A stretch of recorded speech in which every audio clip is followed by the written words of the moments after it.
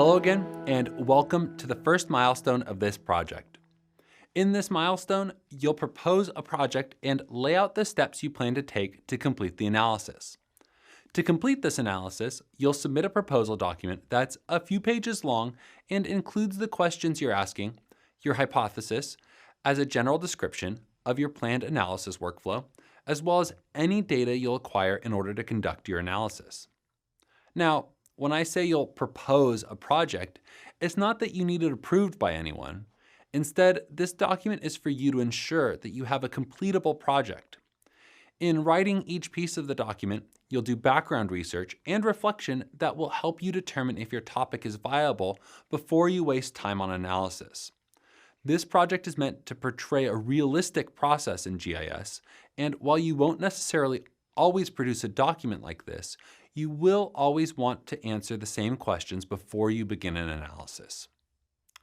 Now, you won't be graded on your writing style, so for those of you who aren't very experienced in writing in English, don't worry.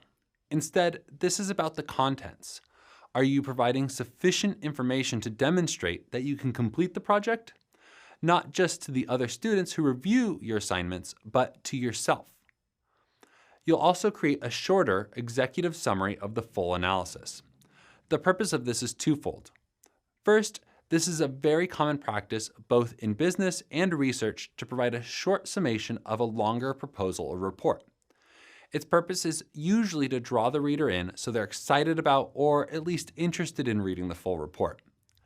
In addition, for the purposes of this course, we're going to ask you to include this summary with your future milestones so that the students grading you, who most likely won't have seen or reviewed your first assignment, can understand your project and how the newly submitted portion of it fits into the overall analysis. A key component throughout this project will be whether or not your conclusions fit the analysis you conducted. You may need to modify your plan as you go through your analysis, either because you notice a more interesting trend that you'd like to go pursue, or because you encounter too much trouble with your initial analysis to proceed. And that's okay. In cases like these, you can modify your executive summary to reflect your new ideas without resubmitting this whole milestone. You should be careful to not modify your questions or methods just to get the data to give you a specific result, though. That can lead to invalid results. Instead, you'll want to come up with new questions if you find your initial questions were not answerable or weren't interesting enough to you to continue finding the answer to. Sometimes scientific analysis is that way, and finding the results can still be important, but it's also important to us that in this class, you have the drive to complete the project. As you develop your proposal, you should consider a number of factors. First and foremost, I highly recommend you think of a topic that motivates you, whether that's because it's an issue you care about or already work on, or because it's an industry you're trying to break into.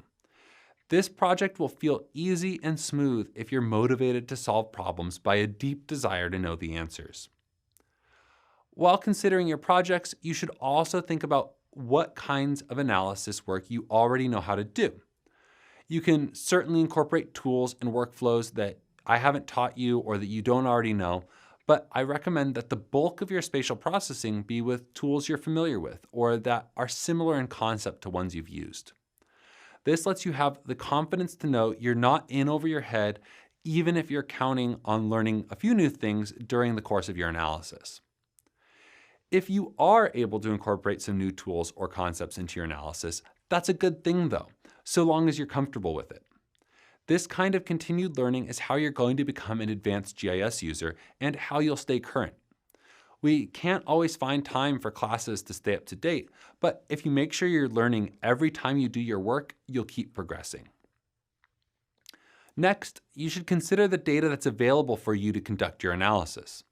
Ask yourself, is the data you need to use as a starting point already available? Or would you need to generate it through digitization or using a GPS device if you already know how to collect that kind of data? Or maybe it doesn't even exist.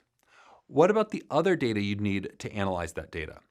For example, if I'm interested in traffic safety data for Northern California, I'd probably need to find out if there's a public data set or a combination of data sets that gives me both the transportation networks, but also information on collisions and other safety-related incidents.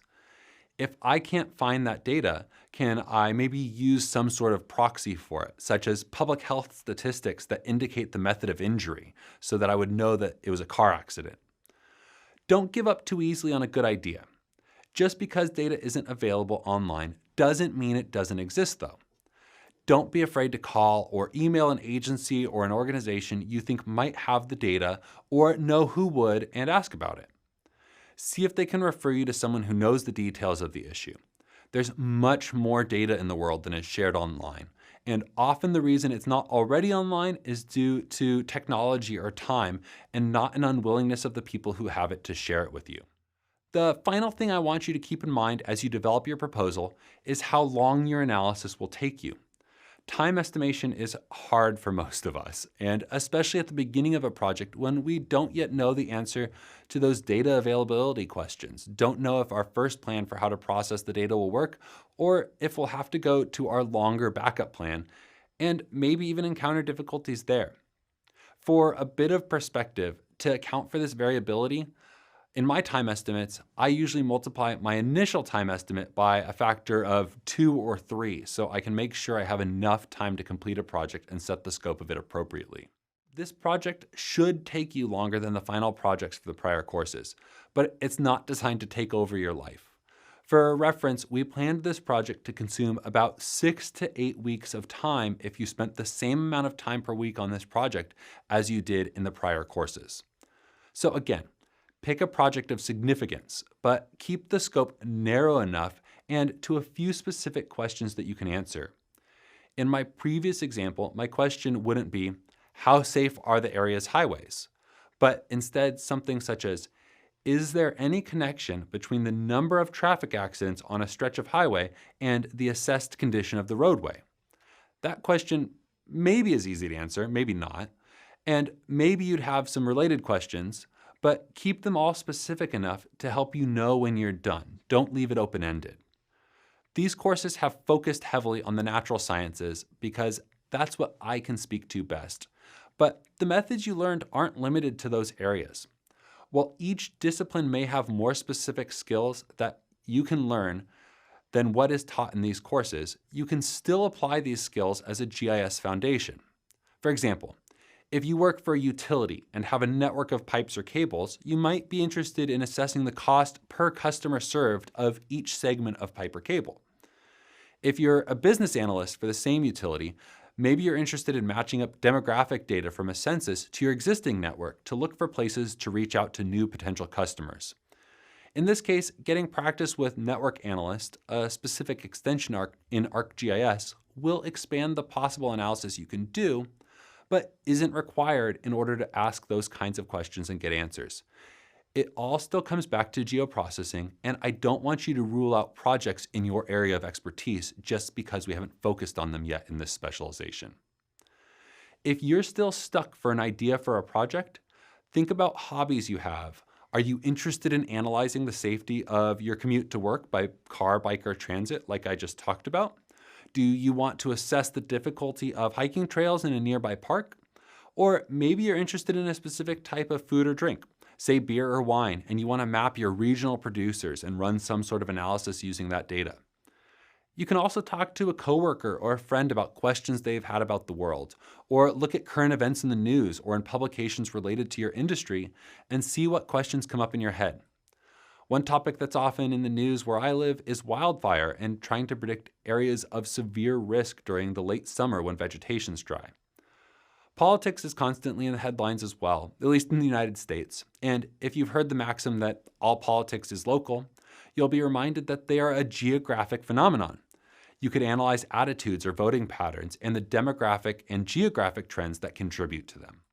The rest of the videos, documents, and resources in this milestone will be to help you with ideas for putting a project together and creating a proposal.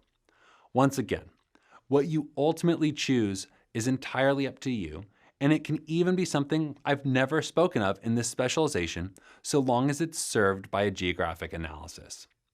I expect that this milestone will take many of you between 1 and 2 weeks to complete.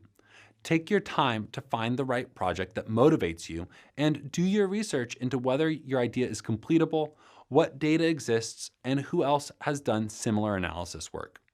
You'll find a more formal assignment description later in this lesson that describes in more detail what you'll need to do. Once you find something that you're excited to learn about and work on, ask questions and get started.